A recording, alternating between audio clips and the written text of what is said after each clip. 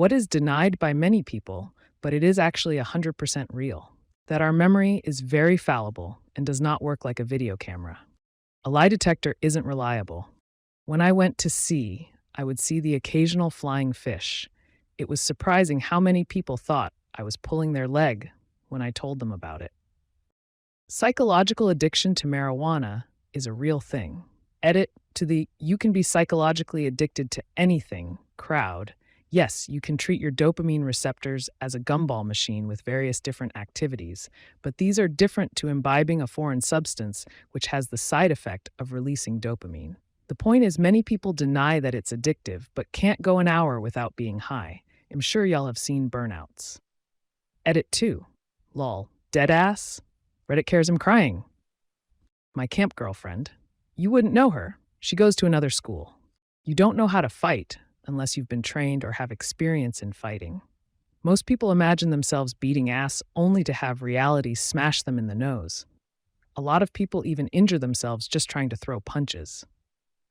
The Monty Hall problem. Every time it is described in a post, such as a till or on a Facebook post, a large number of people vehemently insist that switching doors couldn't possibly result in an increased chance of winning. Even after showing the results of simulations, providing mathematical proofs, or giving examples using more doors, the cognitive dissonance prevails. If it is happening to someone else, it can happen to you. That they are good humans because they have good thoughts. You have to do good to be a good person. The world is full of people complaining, but we are in need of people willing to sacrifice and not make it about themselves. Being 35 to 50 wasn't considered elderly back in the day. It was common for people to live into their 70s and 80s. The reason we get average lifespan data with such low numbers is because so many babies died, skewing the average values downward. That financial success has largely to do with luck, where you were born, who your parents are, etc. I remember a freshman year sociology class, one of the first classes I ever took. Professor started the class by saying, "Every one of you in this room has already made it. The fact that you are even sitting here means you have made it.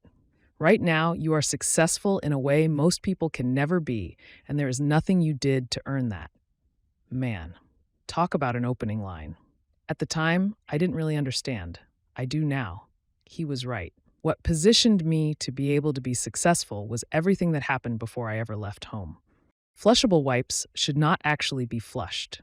You should not use scented pH balancing soap to wash your vagina. Edit, you should not use this specific soap on any part of your genitals. This was about specific soap advertising to balance your vaginal pH and make your vagina smell like flowers. If you do not have a vagina, this didn't even apply to you in the first place.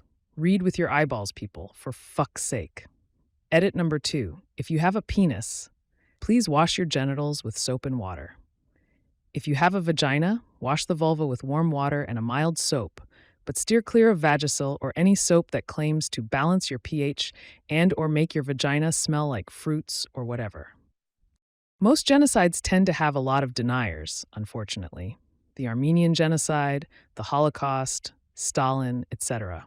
I'm omitting the Great Leap Forward as a genocide because I don't know enough about it or international law to know if it qualifies. But it was definitely the world's biggest bloodbath. This is true, and I think everyone on both sides of this needs to accept that becoming a parent means absolutely committing yourself to the cause. You can't just give up when it gets too hard. Your kids are now your entire world. If you're not ready to commit to that, then you're not ready to be a parent. Too many of my relatives saw having multiple kids as a fun thing to do when they were wholly unprepared for the situation, and now their kids and those kids' grandparents, if present, have to deal with the consequences. It's also a lot harder to have kids now than it was 25 years ago when I was born. I owe my entire life to the benefits system that supported my single mother and her 4 children, which was slowly dismantled as I became older to the point that my mother started leeching from her kids because she could no longer support herself. Now I'm earning more than she ever has, but I can't even afford to rent a flat. That most people would do some pretty awful things for money if presented the opportunity. People would like to believe that they have strong morals, But if presented with a button that would kill 10 random people in the world in exchange for $1 million, many would press it. I would guess at least half of the population would, and many would press it multiple times. But not many people would actually admit that they would press it if given the opportunity to. Maybe I'm just too cynical and not many would press it, but this hypothetical situation is something I think about a lot. When I divorced my husband, he was in utter shock. His father was wealthy. Most of the shit things he did to me was at his father's suggestion. Money messes with people. He was his father's lapdog. As much as he wanted his freedom and his own life, he was a slave to his father's purse strings. Money his father had stolen through a Ponzi scheme. It was blood money in my mind. His father used him, and he couldn't even see it because acknowledging it would ruin the father-son bond he lined for so badly. I couldn't stand to watch it, and couldn't stand and refuse to live my life under his father's thumb and watch my marriage disintegrate, all for the promise of that money. It was corrosive. My ex literally couldn't understand how I could walk away and also hated me for being able to so easily.